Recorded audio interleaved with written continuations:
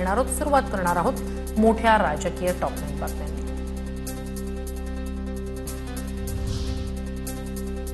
30 तारखेपासून अंतरवाली सराटीत रखरखत्या उन्हात आमरण उपोषण करणार जरांगेंची घोषणा. उष्माघातामुळे बळी गेला तर सरकार जबाबदार. कडक उन्हात पायात चप्पल नसेल, पाणीही घेणार नाही, जरांगेंचा निर्धार. सरकारला दिलेल्या मुदतीला उद्या 10 महिने पूर्ण होतील. 58 लाख कुणबी प्रमाणपत्र कधी देणार? मराठा समाजाची फक्त मतं पाहिजे का? मराठ्यांची मनं जिंकण्याची देवेंद्र फडणवीस यांना संधी, जरांगेंचा निशाणा. जरांगेंच्या मागण्यांबाबत सरकार सकारात्मक. जरांगेंना उपोषण करण्याची गरज पडू नये अशी सरकारची भूमिका. उपमुख्यमंत्री एकनाथ शिंदे यांचं वक्तव्य. राधाकृष्ण विखे पाटील आणि प्रसाद लाड उद्या जरांगेंची भेट घेणार. मनोज जरांगेंची उद्या भेट घेणार मंत्री राधाकृष्ण विखे पाटील यांची प्रतिक्रिया. मुख्यमंत्र्यांशी चर्चा केली तर ते सकारात्मक. 2 ते 3 दिवसात काय केलं त्याची कल्पना जरांगेंना देणार, राधाकृष्ण विखे पाटील यांचं वक्तव्य.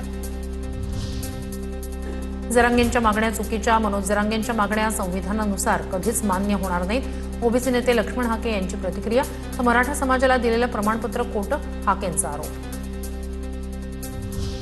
स्वातंत्र्यवीर सावरकरांच्या जयंतीनिमित्तानं मनसे अध्यक्ष राज ठाकरे यांचं सूचक ट्विट. सावरकरांच्या प्रतिमा वापरून धर्मात तेढ पसरवणं सुरू असल्याचा उल्लेख. तर महाराष्ट्रात जातींवरून डोकी फोडणं सुरू असल्याचं म्हणत सत्ताधारी याला खतपाणी घालत असल्याचा राज ठाकरेंचा आरोप.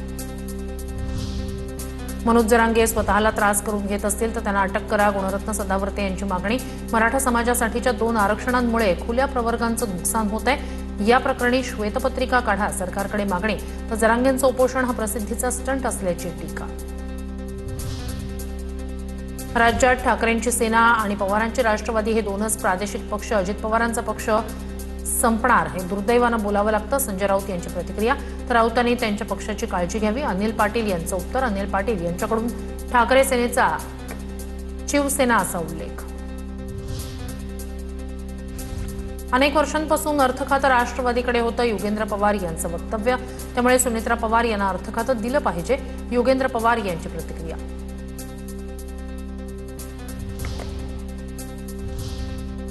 आता पाहणार आहोत टॉप 9 बातम्या विधान परिषद निवडणुकीसंदर्भात.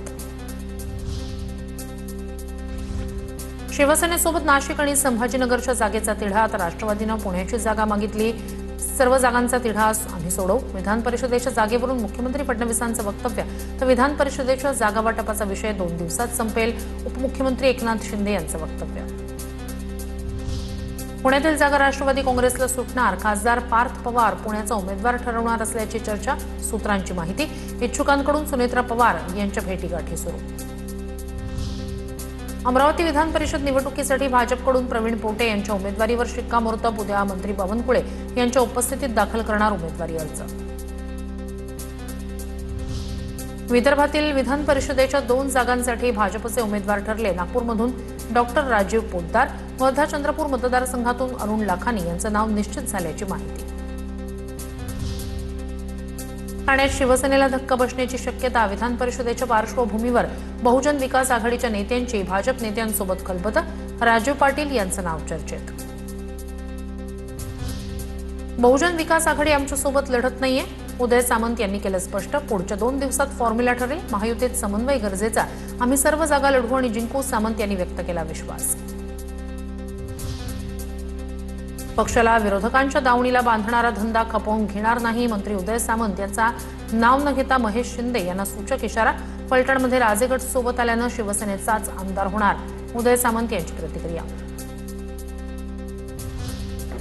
रायगड विधान परिषदेसाठी शिवसेनेचा दावा. विकास गोगावले यांना उमेदवारी देण्याची शिवसेनेची मागणी. गोगावलेंना उमेदवारी न दिल्यास आपल्या मुलासाठी उमेदवारी मागणार. महेंद्र दळवी यांच्याकडूनही रायगडच्या जागेसाठी दावा. उमेदवारीबाबत आमच्यात कोणतीही चर्चा नाही, गोगावलेंकडून स्पष्ट. राष्ट्रवादीचे आमदार प्रताप पाटील चिखलीकर यांनी श्रीकांत शिंदेंची घेतली भेट. काल मध्यरात्री दोघांमध्ये बंद दाराआड अर्धा तास चर्चा. विधान परिषद निवडणुकीवर चर्चा झाल्याची चिखलीकरांची कबुली. नांदेडची विधान परिषद निवडणूक बिनविरोध होणार नाही, चिखलीकरांची माहिती.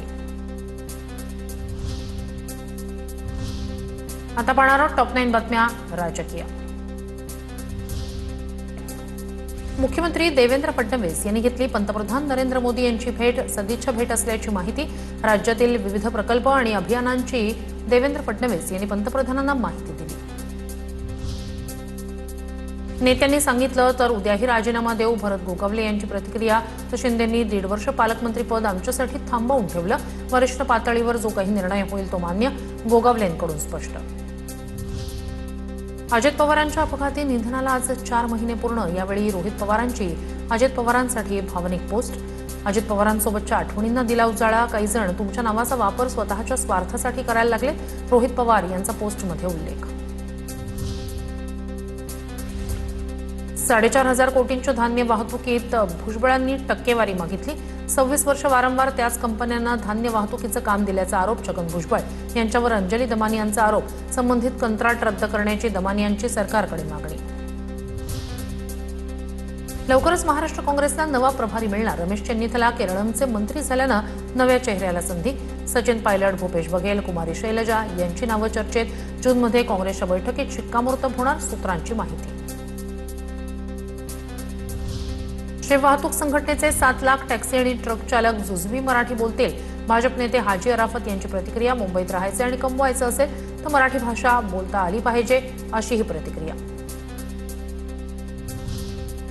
नांदेडमध्ये खासदार श्रीकांत शिंदे यांच्या ताफ्यातील 4 गाड्यांचा अपघात. अचानक वाहन समोर आल्यानं ताफ्यातील 3 गाड्या एकमेकांवर आदळल्या. सुदैवानं कोणीही जखमी नाही. एका महिला नेत्याकडून फोनवरून धमकी. अभिनेत्री दीपाली सय्यद यांचं वक्तव्य. करिअर उद्ध्वस्त होईल. फोनवरून धमकी. दीपाली सय्यद यांची माहिती. खरात प्रकरणावर चित्रपट. रुपाली चाकणकर यांच्या भूमिकेत दीपाली सय्यद. तर खरातच्या भूमिकेसाठी इम्रान हाशमीला विचारणा. स्वरूप सावंत महाराष्ट्र एप्स्टीन फाईल या सिनेमाचं दिग्दर्शन करणार. भोंदूबाबाला बळी पडू नये हा मेसेज सिनेमाच्या माध्यमातून देण्याचा प्रयत्न.